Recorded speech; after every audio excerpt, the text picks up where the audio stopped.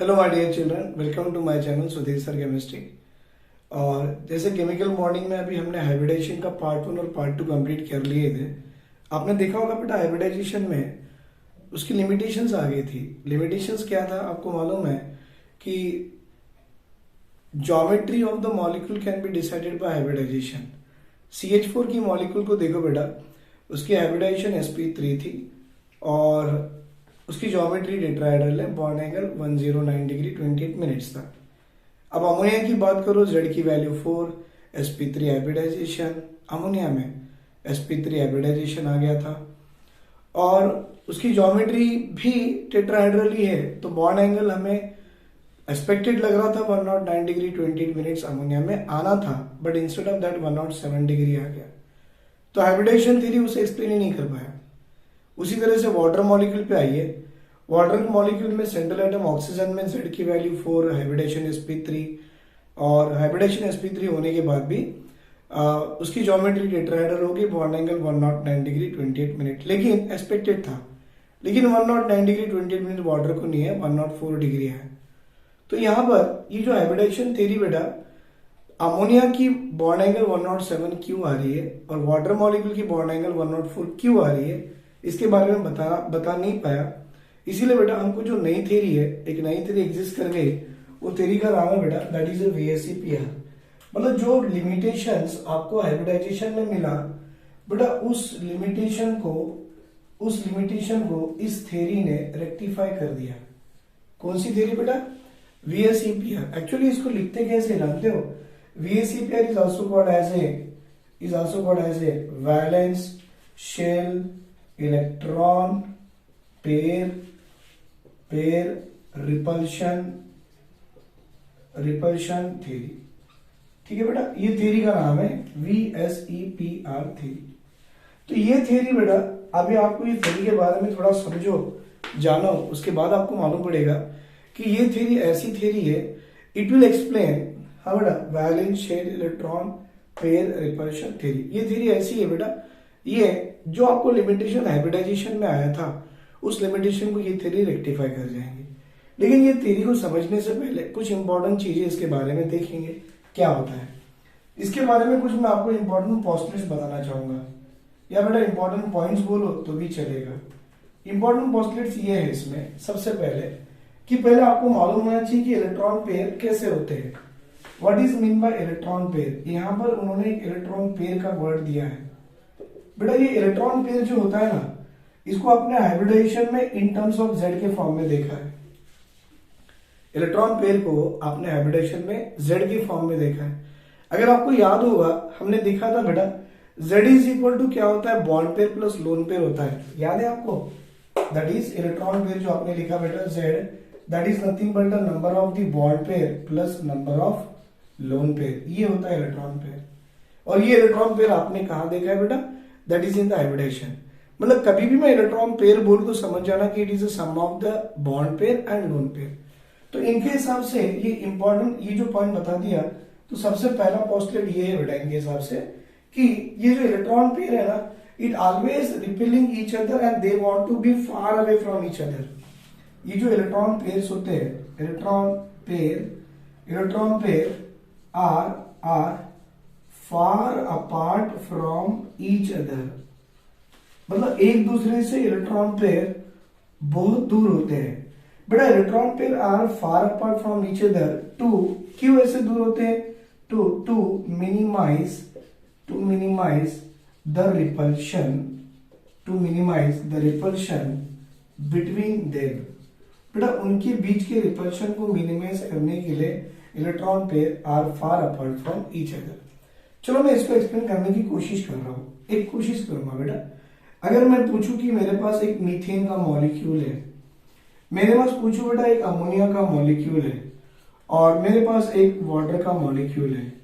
आप जानते हो बेटा मीथेन के मॉलिक्यूल का सेंट्रल एटम कार्बन जो है, इस कार्बन के पास कितने इलेक्ट्रॉन पेयर है? सर 4 बॉन्ड पेयर है। लेकिन देखो बेटा, ये वाला बॉन्ड पेयर एक दूसरे से दूर हो गए। क्यों दूर हो गए? क्योंकि they want to be far apart from each other. क्यों? To minimise the repulsion between them. जितने दूर हो गए रिपल्शन मिनिमम होगा। वैसे ये दोनों भी दूर दूर हो गए। अब आपको लग रहा है सर ये दोनों तो करीब हो गए, लेकिन थोड़ा 3 डायमेंशनल में सोचो बेटा कैसे। अगर ये सेंट्रल एटम कार्बन है तो ये देखो एक इलेक्ट्रॉन आगे है तो एक इलेक्ट्रॉन बेटा उसके पीछे है। दिख रहा है ये पीछे वाला जो कैप है ना, ये वाला आगे का कैप, देखो दोनों एक दूसरे के दूर आ गए, दूर है। एक इलेक्ट्रॉन ये ऊपर है और एक इलेक्ट्रॉन ये नीचे है। देखो ये कैप, ये कैप, ये 3 डायमेंशन का मैंने डायग्राम बना के दिया, वैसी है। ये दोनों ऊपर नीचे, ये दोनों ये आगे तो ये उसके पीछे, फार अपार्ट फ्रॉम ईच अदर। वैसे ही नाइट्रोजन के पास आप जानते हो कौन सा इलेक्ट्रॉन पेयर है बेटा, एक लोन पेयर है जो सर पे बैठा हुआ है, और 3 बॉन्ड पेयर है। तो देखो एक बॉन्ड पेयर यहाँ, एक बॉन्ड पेयर यहाँ, तो दोनों के दोनों बॉन्ड पेयर एक दूसरे से इतने दूर है कि इनका रिपल्शन कम हो जाएगा। और ये अगर लोन पेयर आगे है तो ये वाला बॉन्ड पेयर पीछे है। और एक बात बताओ बेटा, अगर आपको किसी ने पूछा ये लोन पेयर ऐसा क्यों बना है, बोला ये तो हमने ऐसा बना है। एक्चुअल में देखा जाए ना बेटा, लोन पेयर पूरी जगह ऑक्यूपाई कर लेगा, मतलब lone pair will occupy more space around the central atom. अब ऑक्सीजन देखो, सेंट्रल एटम दिख रहा है आपको बेटा, इस ऑक्सीजन सेंट्रल एटम में आप जानते हो 2 लोन पेयर है, एक लोन पेयर ऐसा और एक लोन पेयर ऐसा, और ये 2 बेटा बॉन्ड पेयर है। देखो तो आपको पहला पॉइंट मैंने यही बताया ना कि इलेक्ट्रॉन पेयर जो है, lone pair bond pair, they are far apart from each other, एक दूसरे से दूर दूर रहते हैं। बेटा एक दूसरे से दूर दूर क्यों रहते हैं, क्योंकि टू मिनिमाइज द रिपल्शन, इनके बीच की जो रिपल्शन होगी वो मिनिमाइज करने के लिए रहती है। ये पॉइंट नंबर 1 है। आई होप आपको सबको पॉइंट नंबर 1 समझ में आ गया, राइट। दूसरी बात बेटा, ये जो डिफरेंट इलेक्ट्रॉन पेयर्स है ना, इनकी ऑर्डर ऑफ रिपल्शन भी डिफरेंट होती है। तो मैं पॉइंट नंबर 2 लिखना चाहूंगा अभी, this I want to write second point. पहला पॉइंट तो ये बताया किसी भी मॉलिक्यूल के सेंट्रल एटम पे जो इलेक्ट्रॉन पेयर होते हैं they want to be far apart from each other, उससे क्या होगा बेटा, उनका रिपल्शन मिनिमाइज हो जाएगा। और पॉइंट नंबर 2 में ये लिख रहा हूं, डिफरेंट इलेक्ट्रॉन पेयर्स, बेटा different electron pairs have different order of repulsion. बेटा इस पॉइंट को समझो, पूरी वीएसीपीआर थ्योरी अपने आप आ जाती है। मैं आपको बता रहा हूं ना, ये पॉइंट को अगर समझ लिए ना, पूरी वीएसीपीआर अपने आप आ जाती है, बोलना भी नहीं पड़ता आपको। देखो कैसे, different electron pair have different order of repulsion का मतलब बेटा, अगर आपके पास लोन पेयर होंगे ना, और आपके पास लोन पेयर और बॉन्ड पेयर होंगे, तो बेटा लोन पेयर का रिपल्शन ज्यादा होता है then the lone pair to bond pair, इनका रिपल्शन ज्यादा होता है then the bond pair to bond pair. अब ये क्या है बेटा, मैंने ये बना के दिया, it is the order of repulsion. ये क्या है बोले तो, it is the order of repulsion. चलो इस चीज को थोड़ा समझने की कोशिश करेंगे, कैसे। देखो बेटा, ये मेरा मीथेन का मॉलिक्यूल है, 1 2 3 4 और 5। अब मैं पूछूंगा बेटा यहां पर ये क्या है, तो बोलोगे ये बॉन्ड पेयर है, ये बॉन्ड पेयर है। बेटा इन दोनों के बीच में रिपल्शन होगा, ये भी एक बॉन्ड पेयर है, ये भी बॉन्ड पेयर है। बेटा इन दोनों के बीच में भी रिपल्शन होगा, ये भी बॉन्ड पेयर, ये भी बॉन्ड पेयर, इन दोनों के बीच में भी रिपल्शन, और ये दोनों बॉन्ड पेयर के बीच में भी रिपल्शन। बेटा ये रिपल्शन के कारण देखो आपका ये मॉलिक्यूल ऐसा दिखेगा, और हम बोलेंगे ये मॉलिक्यूल टेट्राहेड्रल के जैसे दिख रहा है। बेटा टेट्राहेड्रल मतलब ऑब्वियसली उनकी बॉन्ड एंगल में कुछ भी चेंजेस नहीं होगी। अब आप दूसरी बात करेंगे, सुनो एग्जांपल अभी आपको मैं बता रहा हूं, सुनो बेटा ये नाइट्रोजन है, ये है उसका एक लोन पेयर। अभी भी मैंने क्या बताया था, इलेक्ट्रॉन पेयर एक दूसरे से इतने दूर रहेंगे जिससे उनकी रिपल्शन मिनिमाइज हो जाएगी। बेटा ये उसका बॉन्ड पेयर, ये बॉन्ड पेयर और ये बॉन्ड पेयर, ये बॉन्ड बेटा हाइड्रोजन से, ये बॉन्ड लग गया हाइड्रोजन से, और ये भी बॉन्ड लग गया हाइड्रोजन से। अब आप बताइए ये क्या है बेटा, लोन पेयर, ये क्या है बॉन्ड पेयर। मैं एक काम करता हूं ना, ये लोन पेयर से बॉन्ड पेयर की रिपल्शन को मैं 1 लिखता हूं, 1, और ये बॉन्ड पेयर से बॉन्ड पेयर की रिपल्शन को मैं 2 लिखता हूं। और मैं आपसे पूछता हूं सर बेटा रिपल्शन 1 की ज्यादा कि 2 की ज्यादा, तो आप बोलोगे लोन पेयर बॉन्ड पेयर की रिपल्शन बॉन्ड पेयर की बॉन्ड पेयर से ये रिपल्शन ज्यादा है। देखो लोन पेयर बॉन्ड पेयर की रिपल्शन बॉन्ड पेयर की बॉन्ड पेयर से ज्यादा है। बेटा ज्यादा होगा तो ये बॉन्ड अभी आपका ऐसा नहीं होगा, ये इसको नीचे ढकेल देगा। अब ये सीधा ऐसा दिखेगा, ये इसको जो ऐसा था उसको यहां बेंड कर दिया, ये ऐसा है ये भी इसको बेंड कर दिया। ओवरऑल पूरी मॉलिक्यूल अगर आप देखो बेटा, सॉरी ओवरऑल अगर पूरी मॉलिक्यूल आप देखो तो ये मॉलिक्यूल एक्चुअल में था ऐसे, बेटा एक्चुअल में ये मॉलिक्यूल था ऐसे, लेकिन इनकी रिपल्शन से और इन दोनों के रिपल्शन से ये रिपल्शन ज्यादा है तो ये दोनों बॉन्ड को डिस्टोर्ट कर देगा, नीचे कर देगा। तो ये रहा बेटा नाइट्रोजन, ये रहा लोन पेयर, ये रहा हाइड्रोजन, ये रहा हाइड्रोजन और ये भी रहा हाइड्रोजन। बेटा ये एक्चुअल में दिख कैसे रहा था टेट्राहेड्रल, हो कैसे गया पिरामिडल। मतलब आपकी हाइब्रिडाइजेशन थ्योरी जो बता रही थी इसकी बॉन्ड एंगल 109 डिग्री 28 मिनट से मानते हैं, लेकिन VSEPR थ्योरी बता रही है भाई ये रिपल्शन ज्यादा होने के कारण बॉन्ड नीचे आ गए। अब बॉन्ड नीचे आ गए तो ये दिख कैसे रहा, हाँ सर ये दिख कैसे रहा भाई पिरामिडल। और बॉन्ड एंगल अब कितनी होगी 109 डिग्री, ना सर बॉन्ड एंगल होगी इसकी अभी 107 डिग्री। समझ में आया, ये है बेटा VSEPR।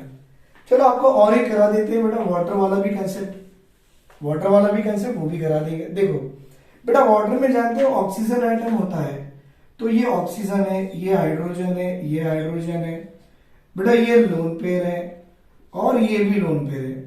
ऐसे देखे तो लग रहा है कि ये दोनों और ये दोनों ऊपर नीचे, ये दोनों आगे पीछे, मतलब टेट्राहेड्रल लग रहा है। और मैं बोलूं कि sir bond angle 109 degree 20 minute, वहां तक सही है। लेकिन अब देखो ये क्या बेटा लोन पेयर बॉन्ड पेयर का रिपल्शन, ये क्या है बेटा लोन पेयर बॉन्ड पेयर का रिपल्शन, और ये क्या है बेटा देखो यहां से यहां लोन पेयर का repulsion.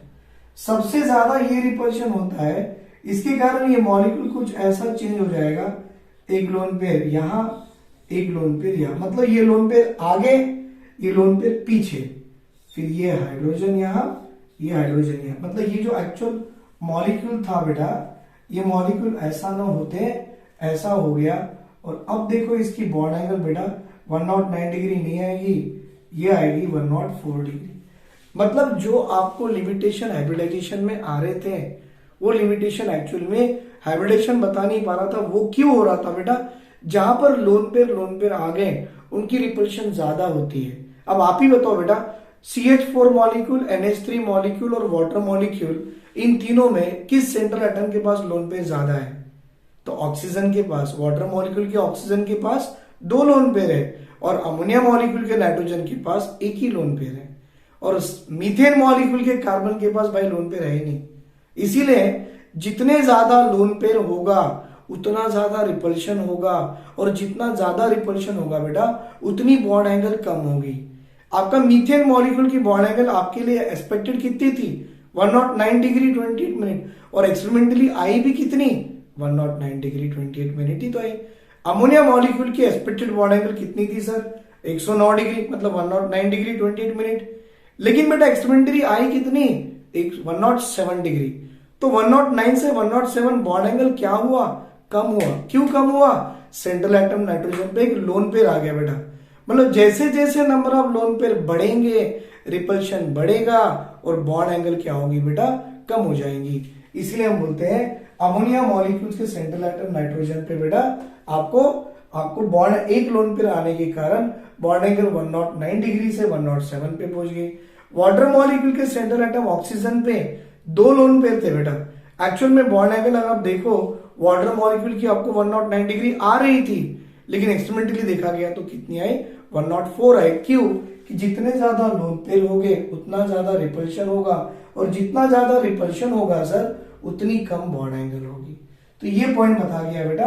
Point number 2, different electron pairs have different order of repulsion. Is it clear बेटा? किसी को डाउट है इसमें? नहीं? चलो अब हम जा रहे हैं बेटा ये VSEPR थ्योरी का पॉइंट नंबर 3 बताने जा रहा हूं। पहले तो पोस्टलेट में पॉइंट नंबर 1 बता दिया, इलेक्ट्रॉन पेयर कैसे होते हैं, एक दूसरे से दूर दूर होते हैं। क्यों? इनके बीच में रिपल्शन होता है। और रिपल्शन मिनिमाइज करने के लिए दूर जाना पड़ता है। पॉइंट नंबर 2 क्या था, different electron pair will have a different order of repulsion. Point number 3 बेटा देखो, किसी भी मॉलिक्यूल की ज्योमेट्री उसकी हाइब्रिडाइजेशन बताती है। सुनो सुनो सुनो सुनो, बड़ा अच्छा कंसेप्ट है। किसी भी मॉलिक्यूल की ज्योमेट्री उसकी हाइब्रिडाइजेशन बताती है, लेकिन किसी भी मॉलिक्यूल की जो शेप होती है ना बेटा, shape of the molecule, it was decided by number of surrounding atoms. उस सेंट्रल एटम के सराउंडिंग में कितने एटम्स है वो बताएगा। मतलब शेप बेटा कौन बताएगा, नंबर ऑफ सराउंडिंग एटम बताते हैं, लेकिन ज्योमेट्री कौन बताएगा, सर हाइब्रिडाइजेशन बताता है। अब मैं अभी भी जानता हूं बहुत से बच्चों को ये पॉइंट समझ में नहीं आती है। सुनो, बड़ा सिंपल एग्जांपल है बेटा। अगर मैं यहां पर मैं हाइब्रिडाइजेशन लिखूं, अगर मैं यहां पर बेटा हाइब्रिडाइजेशन लिखूं, sp लिख देता हूं, एक sp2 लिख देता हूं, एक sp3 लिख देता हूं और sp3d लिख देता हूं। मतलब अभी और है, sp3 d2 भी है, sp3 d3 भी है बेटा सब। अब ये हाइब्रिडाइजेशन से मुझे ज्योमेट्री लिखनी है। हाँ बेटा, कुछ भी नहीं देखना, sp हाइब्रिडाइजेशन है, आंख बंद करके बोल दो सर ज्योमेट्री कैसी होगी, लीनियर। sp2 हाइब्रिडाइजेशन है, ज्योमेट्री कैसी होगी बेटा, ट्राइगोनल प्लेनर। बेटा sp3 है तो ज्योमेट्री कैसी होगी, टेट्राहेड्रल। बेटा sp3d तो ज्योमेट्री कैसी होगी, देखो ट्राइगोनल बाय पिरामिडल। बेटा अगर sp3d2 है तो हाइब्रिडाइजेशन कैसी होगी, 3 + 2 5.6 OCT ऑक्टाहेड्रल। और ये sp3d3 अगर होती है, दिख रहा है, it is called as a pentagonal bipyramidal. ये इनकी ज्योमेट्रीज है बेटा। अब ये ज्योमेट्री कैसे बताया आपने, सर आपको हाइब्रिडाइजेशन मालूम थी तो ज्योमेट्री बता दी है। मैं पूछूंगा भाई शेप कैसे बताओगे तो शेप बताता है नंबर ऑफ सराउंडिंग एटम। जितने नंबर ऑफ सराउंडिंग एटम होंगे उतनी उसकी शेप्स ऑफ द मॉलिक्यूल होगी। राइट बेटा, इतना स्क्रीनशॉट ले लो एक बार, प्लीज टेक स्क्रीनशॉट। बेटा यहां पर जो मैंने आपको अभी ज्योमेट्री के बारे में बताया था, अगर आपको हाइब्रिडाइजेशन मालूम होगा तो ज्योमेट्री बोल सकते हो। अगर मैं बोलूं बेटा sp हाइब्रिडाइजेशन है तो ज्योमेट्री क्या होगी, लीनियर। आप बोलोगे लीनियर दिखता कैसा है, सर ये सेंट्रल एटम ऐसा होगा, ये दो ऐसे, और ये लीनियर बॉन्ड एंगल कितनी आती है बेटा, 180 डिग्री। ये हम आगे पढ़ेंगे। ट्राइगोनल प्लेनर बेटा ये ऐसे दिखता है। टेट्राहेड्रल ये 1 2 3 4। ट्राइगोनल बायपिरामिडल बेटा ये 1 2 3 4 and 5। Right, octahedral, pentagonal, bipyramidal. Right, ये अभी ज्योमेट्री से इनकी शेप भी अपन पढ़ने वाले, कैसे दिखते हैं नॉन। तो मैं इतना ही बताना चाहूंगा बेटा, geometry decided by hybridization but shape decided by number of surrounding atom. या तो नंबर ऑफ सराउंडिंग एटम बोलो या तो नंबर ऑफ बॉन्ड पेयर बोले तो भी चलेगा बेटा। जितने नंबर ऑफ बॉन्ड पेयर्स होंगे, बॉन्ड पेयर बोला बेटा मैंने लोन पेयर नहीं बोला। जितने नंबर ऑफ बॉन्ड पेयर होंगे तो वही तो सराउंडिंग एटम होगी और ये डिसाइड करेंगे शेप ऑफ द मॉलिक्यूल। ठीक है, और एक खास बात बताता हूं मैं, अगर किसी मॉलिक्यूल में लोन पेयर इक्वल टू 0 आएगा तो आप बोल देना सर उस मॉलिक्यूल की ज्योमेट्री और शेप दोनों भी सेम होती है। लेकिन अगर किस मॉलिक्यूल में आपका lone pair is not equal to 0, मतलब लोन पेयर 1 हो 2 हो 3 हो, ऐसे केसेस में ज्योमेट्री और shape of the molecule same नहीं हो सकती है। अब मैं आपको इसका एक छोटा सा एग्जांपल दूंगा, आपको क्लैरिटी आ जाएगा बेटा। देखिए ये पॉइंट नंबर 3 को मैं एक्सप्लेन करा रहा हूं by putting the examples on the board. ऐसा नहीं कि सीधा बोल दिया और हो गया, ऐसा नहीं, हमको एग्जांपल से चलना है। राइट बेटा, VSEPR थ्योरी की पोस्टलेट में पॉइंट नंबर 3 पे हम लोग अभी है। तो मैं ये पूरी जगह क्यों निकाल दिया, मुझे आपको यहाँ बताना था बेटा। देखिए एग्जाम्पल की इस पे बता रहा हूं मैं। एक अच्छा सा एग्जाम्पल दे रहा हूं, देखो। एक एग्जाम्पल नंबर 1 है बेटा। ले लो z की वैल्यू 4 हो सकती है बेटा। z की वैल्यू 4 अगर होगी तो ये तो आप भी जानते हैं, मैं भी जानता हूं, हाइब्रिडेशन तो sp3 होगी, पक्का है। मैं यहां बाजू में लिख देता हूं ना बेटा, z की वैल्यू 4 है। थोड़ा अच्छा कर दो, ये ले लो एग्जाम्पल नंबर 1 बेटा। ये z है, z की वैल्यू 4 है, z की वैल्यू 4 है। इसका मतलब पॉसिबल क्या हो सकते हैं, बॉन्ड पेयर कितने हो सकते हैं और लोन पेयर क्या हो सकती है, और उसकी ज्योमेट्री क्या हो सकती है बेटा, और फिर उसकी शेप क्या हो सकती है, और फिर उसका स्ट्रक्चर कैसे बन सकता है। देखो ध्यान से, मैं z की वैल्यू 4 लिया हूं, तो लेट अस से a, तो बॉन्ड पेयर होंगे 0, लोन पेयर होंगे 0, आई मीन बॉन्ड पेयर होंगे 4, लोन पेयर होंगे 0। बेटा 4 है मतलब बॉन्ड पेयर हो सकते 3, लोन पेयर हो सकता 1। बेटा 4 है तो बॉन्ड पेयर हो सकते 2, लोन पेयर हो सकते 2। देखो बेटा z की वैल्यू 4 है ना, आप जानते हो z is equal to number of bond pair plus lone pair, ऐसा ही पढ़ते आए थे अब तक आप। हाइब्रिडेशन कंसेप्ट इसी पे चला ना बेटा, राइट। अब देखो बॉन्ड पेयर 4, लोन पेयर 0। अगर z की वैल्यू 4 है तो मुझे ये बताओ बेटा, आपके हिसाब से हाइब्रिडाइजेशन क्या होना चाहिए। तो सर z की वैल्यू अगर 4 है तो हाइब्रिडाइजेशन ये भी sp3, ये भी sp3 और ये भी sp3। हाइब्रिडाइजेशन में कोई फर्क नहीं पड़ा सर। लेकिन बेटा अब मैं आपसे पूछूंगा इस मॉलिक्यूल की ज्योमेट्री क्या होगी, तो सीधा बोलना geometry decided by hybridization. Sir ये भी टेट्राहेड्रल है, ये भी टेट्राहेड्रल है, देखो बेटा, और ये भी टेट्राहेड्रल है, ये तो है। अब बोलेंगे सर इसकी शेप बताओ, तो आपको अभी भी एक रूल लिखा के दिया, जिस मॉलिक्यूल में लोन पेयर इक्वल टू 0 आ जाए ज्योमेट्री इक्वल टू शेप होती है। तो बेटा इसकी शेप आप क्या दोगे, टेट्राहेड्रल ही दोगे। Very good sir. ऐसा कोई एग्जाम्पल आपके पास है? हाँ बेटा, ऐसा एग्जाम्पल सबने देखा है, CH4, सबने देखा है CH4। अब यहां देखिए बेटा, bond pair 3, lone pair 1, hybridization sp3, geometry tetrahedral, shape decided by only number of bond pair. अब बॉन्ड पेयर 3 है, लोन पेयर 1 है, तो अब जानते हो बेटा ऐसा केस जब भी आता है ये ऐसे दिखता है। देखो ये सेंट्रल एटम हुआ, ये 3 बॉन्ड पेयर और ये एक लोन पेयर हुआ ना। सर ये दिख कैसे रहा है, सर ये पिरामिड की तरह दिख रहा है, hence it will be called as a pyramidal. और एग्जाम्पल आप जानते हो बेटा कौन सा मॉलिक्यूल आएगा, अमोनिया का मॉलिक्यूल आएगा। क्या बेटा वीडियो दिख रहा है आपको, थोड़ा सरका लो। Very good, sorry for this one, मैं डिस्टर्ब करा लिया क्योंकि बच्चों को ये चीजें नहीं दिख रही थी, थोड़ा मुझे मूव करना पड़ा।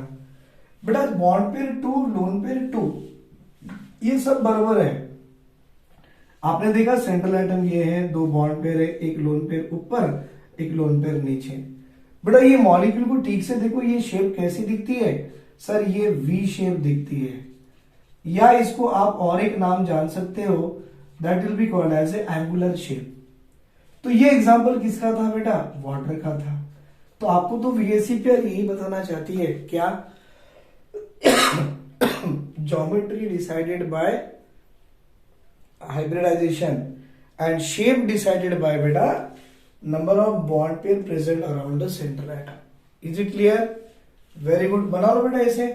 चलो आपको फिर भी डाउट होगा तो देख ही लो बेटा, CH4 टेट्राहेड्रल है, राइट, अमोनिया पिरामिडल है, वाटर वी शेप या तो एंगुलर है। कोई डाउट है इसमें? चलो बना लो।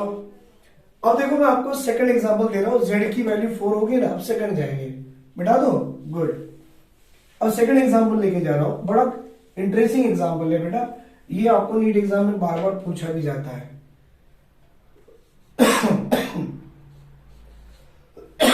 z की वैल्यू 5 है बेटा, z की वैल्यू मैंने क्या लगा दिया, 5।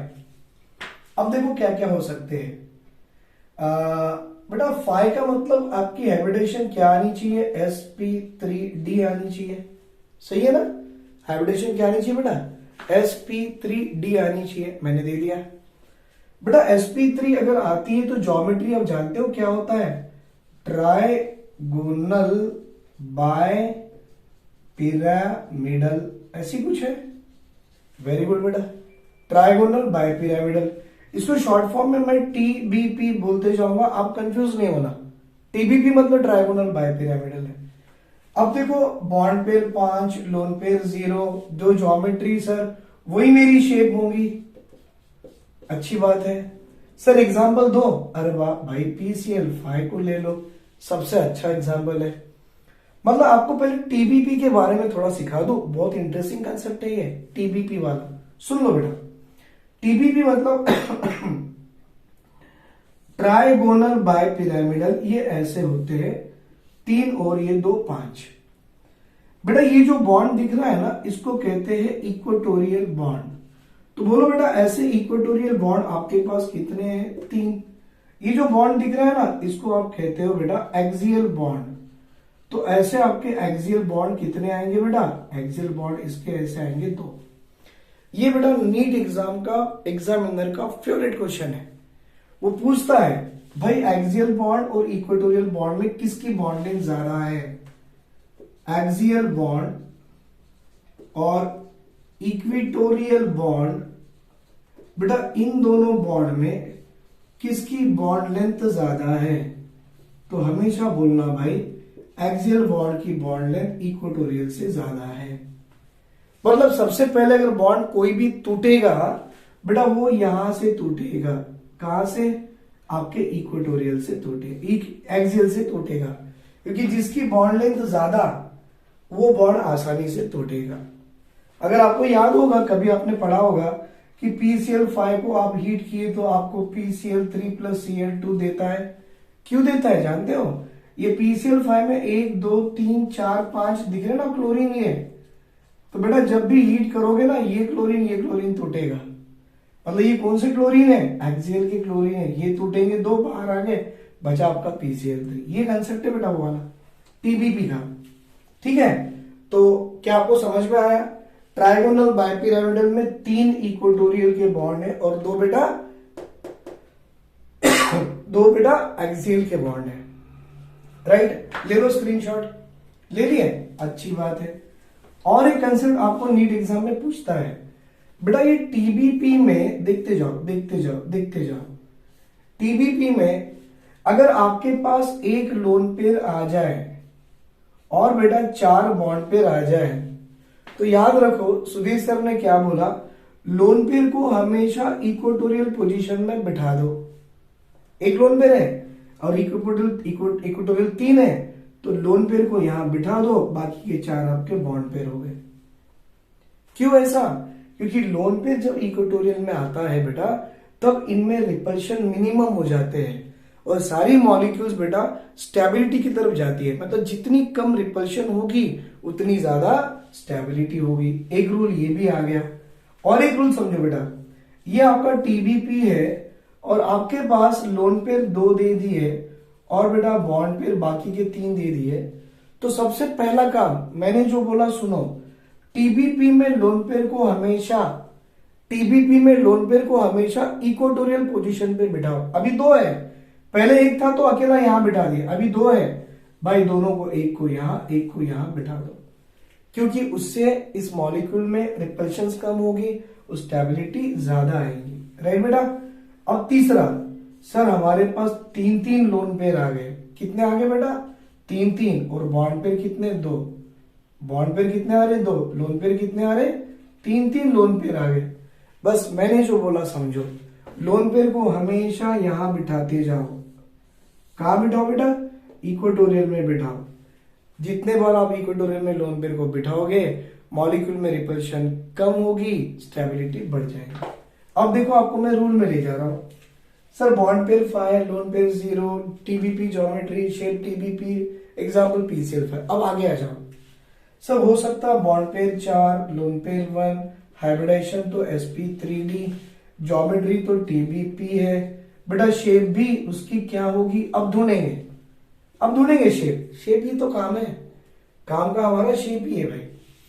अब देखो बॉन्ड पेयर आपके 4, लोन पेयर 1 है। मैंने आपको क्या बताया सुनो, 1 2 3 4 5, और मैंने क्या बताया बेटा, लोन पेयर आए तो कहां बिठाओ, आप इक्वेटोरियल में बिठा दो, बिठा दिए। अब ये मॉलिक्यूल की शेप ये डिसाइड करेगा कौन बेटा, सराउंडिंग एटम। अगर आप इसको पकड़ के ऐसा सीधा कर लो तो ये कुछ ऐसे नहीं दिखेगा सर, ये ऐसे नहीं दिखेगा बेटा, है ना, ये मुंडी, 2 हाथ 2 पांव ऐसा नहीं है। आप कभी गार्डन में गए, वहां पर देखे, ये सीसॉ बोलते हैं इसको, क्या बोलते हैं बेटा, सीसॉ। तो शेप क्या होगी सर, इस शेप को हम बोलेंगे सीसॉ।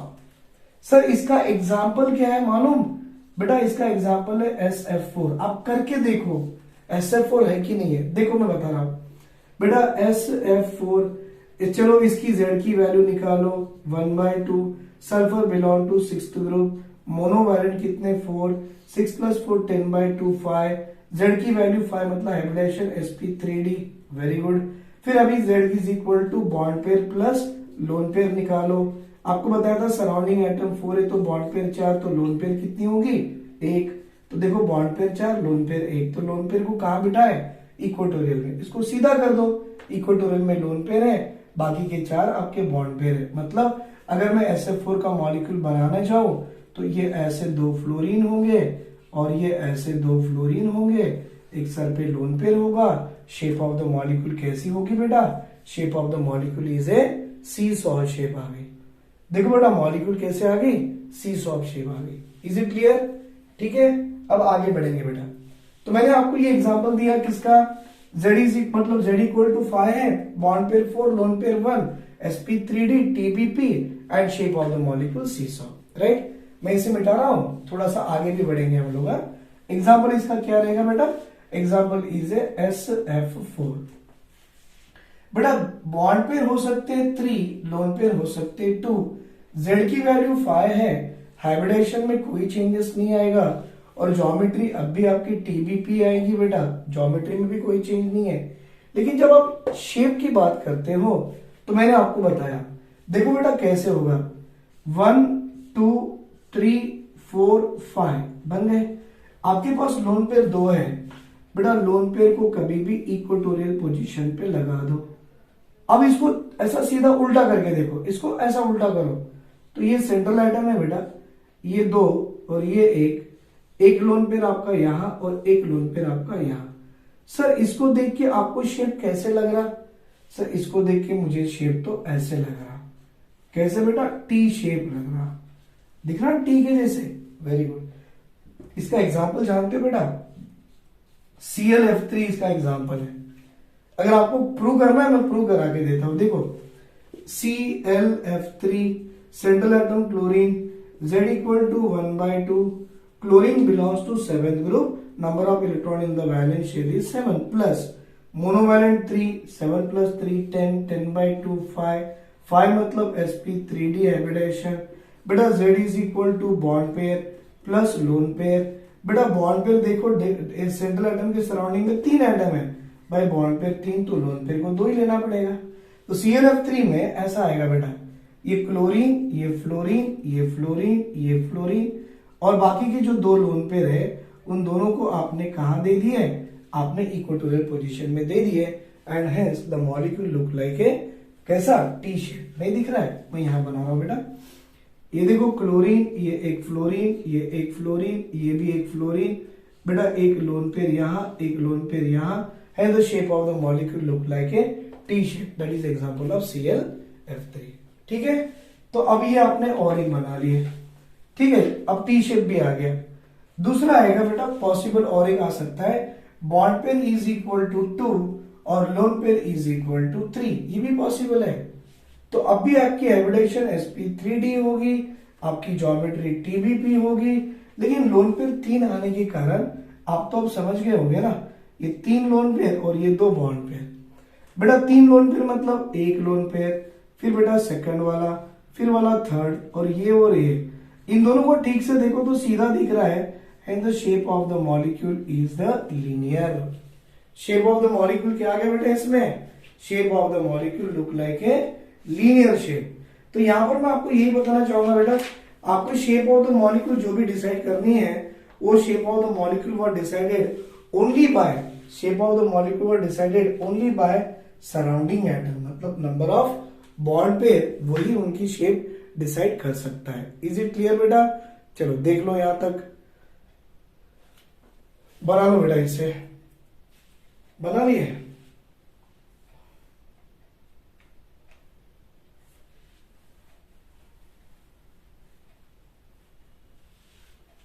ठीक है, अब आपको लग रहा होगा सर इसकी एग्जाम्पल क्या होनी चाहिए। इसका एग्जाम्पल मैं XeF2 दे के देखता हूं सही है कि गलत है। XeF2 देखो बेटा दे रहा हूं मैं, इसका एग्जाम्पल हो सकता है ज़ेनॉन डाइफ्लोराइड XeF2। क्या ये सही है कि गलत है? एक बार हम लोग वेरीफाई करके देख लेंगे, राइट। चलो 1 सेकेंड बेटा। इसकी एग्जाम्पल दिया बेटा मैंने XeF2, करके देखेंगे XeF2 लीनियर आता कि क्या आती है। देखो बेटा XeF2 central atom xenon, Z is equal to 1/2, electrons in the valence shell of xenon is 8, monovalent 2, 8 plus 2 10, 10/2 5, 5 मतलब sp3d hybridization। वेरी गुड बेटा। Z is equal to bond pair plus lone pair, bond pair देखो कितने आ रहे, 2 तो बचे कितने, lone pair 3। Yes sir, मतलब ये आपका ये भी एग्जाम्पल सही है बेटा। XeF2 जो आपने दिया है वो भी एग्जाम्पल सही है, राइट। ले लो बेटा इसका स्क्रीनशॉट, ले लिए? Very good. मतलब मैंने इस VSEPR थ्योरी में आपको क्या बताया, ध्यान से देख लो बेटा। ये तो इतना बड़ा चार्ट बना के दे दिया, पर मैंने आपको एक्चुअल में क्या बताया वो समझो आप। बेटा इस VSEPR थ्योरी में हमने ये देखा है कि अगर आपकी Z की वैल्यू 5 होती है तो बेटा आपका बॉन्ड पेयर और लोन पेयर के हिसाब से आप ज्योमेट्री और हाइब्रिडाइजेशन, राइट बेटा, और shape of the molecule decide कर सकते हो। बेटा हो सकता है bond pair 5 lone pair 0, bond pair 4 lone pair 1, bond pair 3 lone pair 2, bond pair 2 lone pair 3। सब में देखो ज्योमेट्री कैसे आएगी, हाइब्रिडाइजेशन से। अगर ये 5 है तो hybridisation sp3d, hybridisation sp3d, hybridisation sp3d और हाइब्रिडाइजेशन बेटा sp3d। हाइब्रिडाइजेशन से आप ज्योमेट्री बताओगे TBP, trigonal bipyramidal, trigonal bipyramidal, trigonal bipyramidal, trigonal bipyramidal, सब में यही तो आया। शेप बताने के लिए आपको क्या करना पड़ा, देखो बेटा TBP ऐसे बनता है 1 2 3 4 एंड 5। बेटा लोन पेयर 0 तो शेप भी आ गई TBP, राइट। बेटा लोन पेयर 1 है 1 2 3 4 5, एक लोन पेयर यहां लगा दो। बेटा ये कैसे दिख रहा सर, ये दिख रहा सीसॉ के जैसे। बेटा लोन पेयर 2 आ गए अभी 1 2 3 4 5, एक लोन पेयर यहां, एक लोन पेयर यहां। सर ये कैसे दिख रहा सर, ये टी शेप की तरह दिख रहा। बेटा लोन पेयर 3 आ रहे हैं अभी 1 2 3 4 5, first lone pair, then second lone pair, then third. और इसको ध्यान से देखो बेटा ये कैसे दिख रहा है, it look like a linear. यही तो पूरा देखे हमने। मतलब अगर आपको ये शेप जो पूछ रहा है आप इसकी एग्जाम्पल देना चाहो तो क्या दो बेटा, PCl5। इसकी एग्जाम्पल देना चाहो तो क्या दो, SF4। इसकी एग्जाम्पल देना चाहो ClF3 और इसकी एग्जाम्पल देना चाहो क्या दो बेटा, XeF2। मतलब अगर आपको किसी ने पूछा XeF2 या XeF2 की ज्योमेट्री क्या है, आप बोलना TBP, लेकिन XeF2 की शेप क्या है बेटा, लीनियर। ClF3 की ज्योमेट्री क्या है, TBP, लेकिन ClF3 का शेप क्या है बेटा, टी शेप। SF4 की ज्योमेट्री क्या है, TBP, लेकिन SF4 की शेप क्या है बेटा, सीसॉ। PCl5 की ज्योमेट्री क्या है बेटा, TBP, लेकिन PCl5 की शेप क्या आ गई बेटा, अब भी TBP। क्यों? क्योंकि लोन पेयर 0 है, जो ज्योमेट्री है वही शेप ऑफ द मॉलिक्यूल होता है, राइट बेटा। चलो लिख लो यहां तक, स्क्रीनशॉट ले लो। हो गया। अब एक काम करेंगे, Z इज इक्वल टू 6 वाला भी देख लेंगे, क्योंकि VSEPR में मैक्सिमम वो भी पूछा जाता है। चलो इसके आगे आएगा बेटा Z इज इक्वल टू 6 वाला concept. Z is equal to 6 वाला दूंगा मैं, देखो अभी एक बार।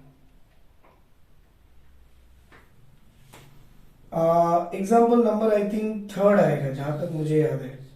बेटा Z की वैल्यू 6 ले लो, हो सकता बॉन्ड पेयर 6, बेटा हो सकते हैं लोन पेयर 0। इसके हिसाब से z अगर 6 है तो आपको याद होगा इसका हाइब्रिडाइजेशन क्या आना चाहिए। 6 के हिसाब से बेटा हाइब्रिडाइजेशन आएगा sp3d2 3 + 2 5 + 1 6। तो इसके हिसाब से ज्योमेट्री आएगी बेटा आपकी ऑक्टाहेड्रल। ये ज्योमेट्री है ऑक्टाहेड्रल। बेटा ज्योमेट्री ऐसी होती है ऑक्टाहेड्रल की, अगर आपने देखा होगा ये कुछ ऐसा है। सेंट्रल एटम 1 2 3 4 5 6, ये ऑक्टाहेड्रल की ज्योमेट्री है, राइट। लोन पेयर 0 है तो सीधा बोल देना sir shape of the molecule भी ऑक्टाहेड्रल। ओसीटी लिख देता हूं मैं, कंफ्यूज नहीं होना। Octahedral denoted as OCT.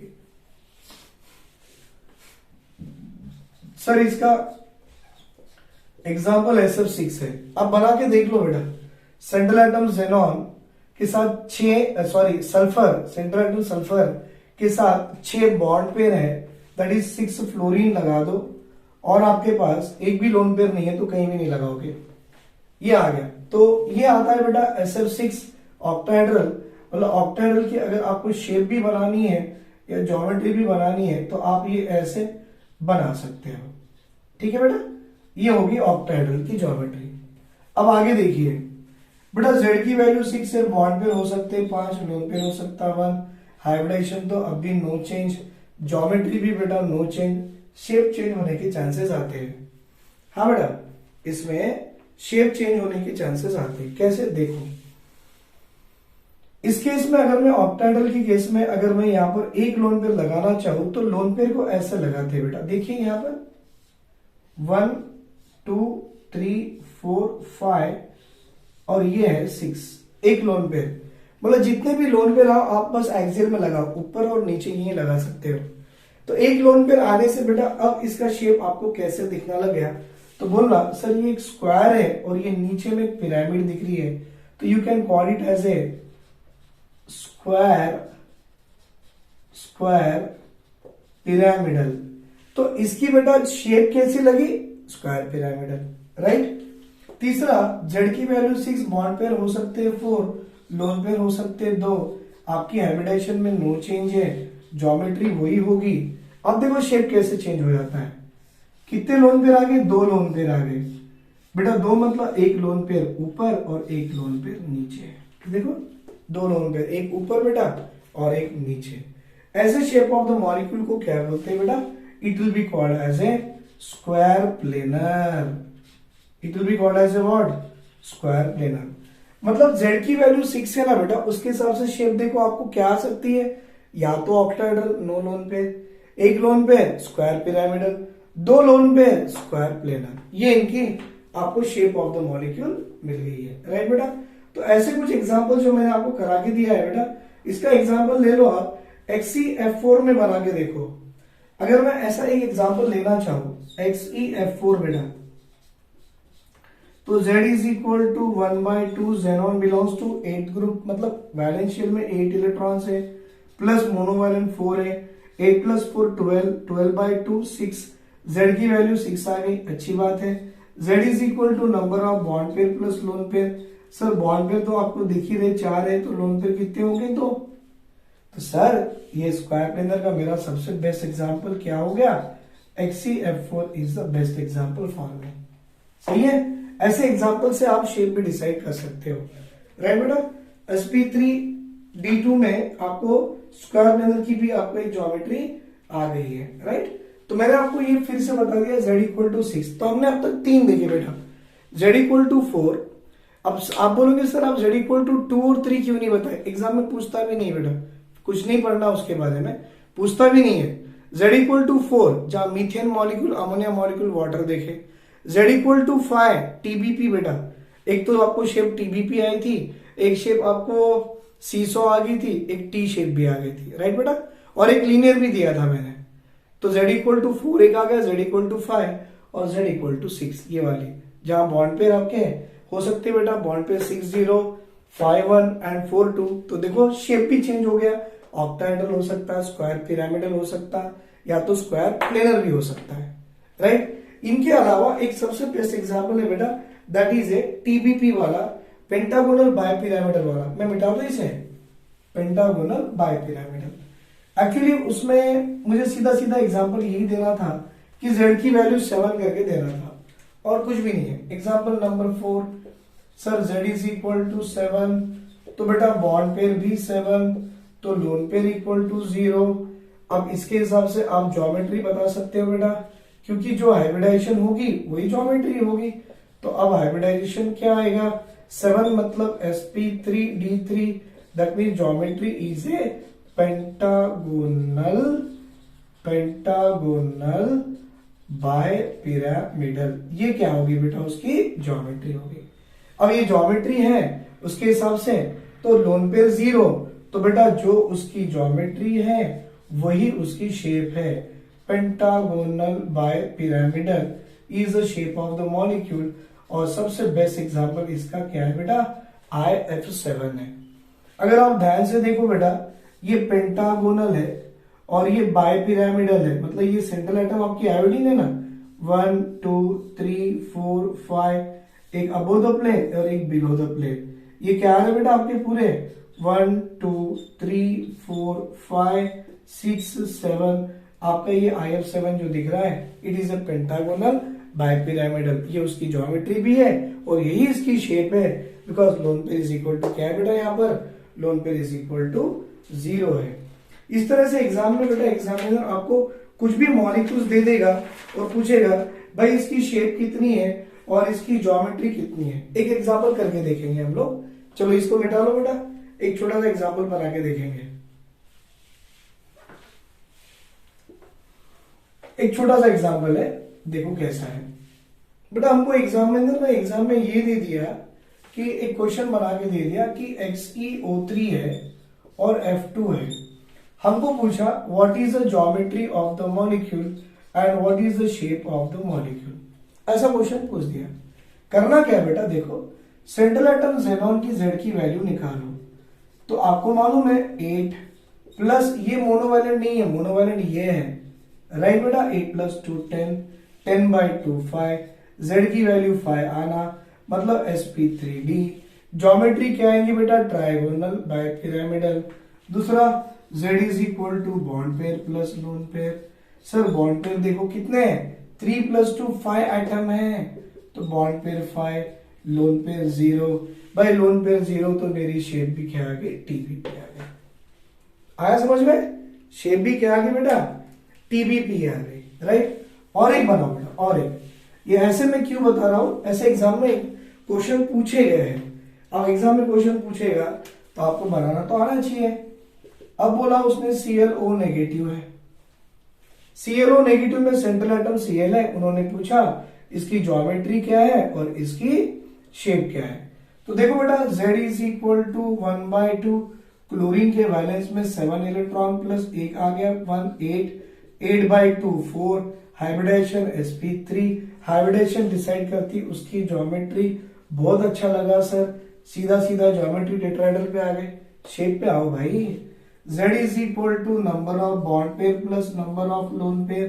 बेटा बॉन्ड पेयर आपको दिख ही रहा है। Central atom chlorine is having how many atom, only 1, तो बॉन्ड पेयर 1, बाकी लोन पेयर 3। अब आप बताओ बेटा, एक बॉन्ड पेयर और लोन पेयर 3 मतलब कैसे दिखेगा।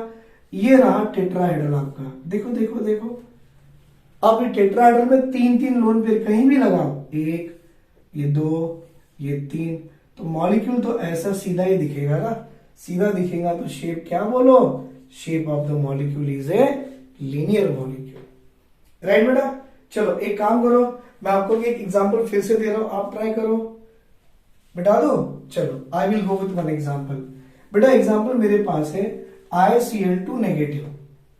देखो बेटा क्वेश्चन में ICl2 नेगेटिव हमसे पूछा भाई इसकी ज्योमेट्री भी लिखो और इसकी शेप भी लिखो। चलो बेटा आपको एक 2 मिनट का टाइम दे रहा हूं, या वीडियो पॉज करके बना के देखो आंसर क्या आता है। बेटा यहां पर इसको देखिए, अब आपको Z इज इक्वल टू पूछा गया है, तो 1/2, आयोडीन सेंट्रल एटम है 7, मोनोवैलेंट 2 है 2, एक नेगेटिव चार्ज है उसे ऐड करो, 7 + 2 9, 9 + 1 10, 10/2 कितना होता है बेटा 5। Z की वैल्यू 5 आना, मतलब हाइब्रिडाइजेशन आपकी sp3d, मतलब geometry trigonal bipyramidal. Very good. अब आपको शेप बतानी है बेटा, कैसे बताओगे? Z is equal to number of bond pair plus number of lone pair. Sir bond pair center atom के सराउंडिंग में 2 ही एटम है, तो भाई 5 लाने के लिए लोन पेयर तो 3 देने पड़ेंगे ना। और आप जानते हो टीबीपी में मैंने ऐसे बताया था, अगर लोन पेयर 3 है तो तीनों लोन पेयर को ऐसे इक्वेटोरियल पोजीशन पे लगा दो। तो बचा क्या बेटा? ये वाला और ये वाला। ये कैसे दिख रहा? The shape is look like a linear. Shape is look like a बेटा लीनियर। बेटा इस तरह से हम लोगों ने पूरा geometry and shape of the molecule decided by the VSEPR theory देख लिए। मतलब अब मैंने आज जो कंप्लीट किया है वो एक्चुअल में मैंने आपको क्या कंप्लीट करा के दिया? Formation of a covalent bond due to sharing of electron करा के दिया। आपको याद होगा हम जब पढ़ रहे थे वहां पर क्या आया था बेटा?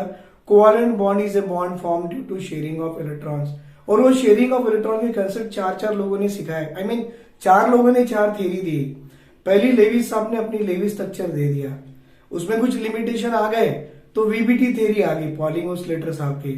पॉलिंग-ओ-स्लेटर साहब की वीबीटी में कुछ लिमिटेशन आ गए, हाइब्रिडाइजेशन थ्योरी आ गई लड्डू बनाने वाली। आपको बताया था मैंने क्या था? हाइब्रिडाइजेशन की थ्योरी में लिमिटेशन आ गई ना बेटा, VSEPR थ्योरी आ गई।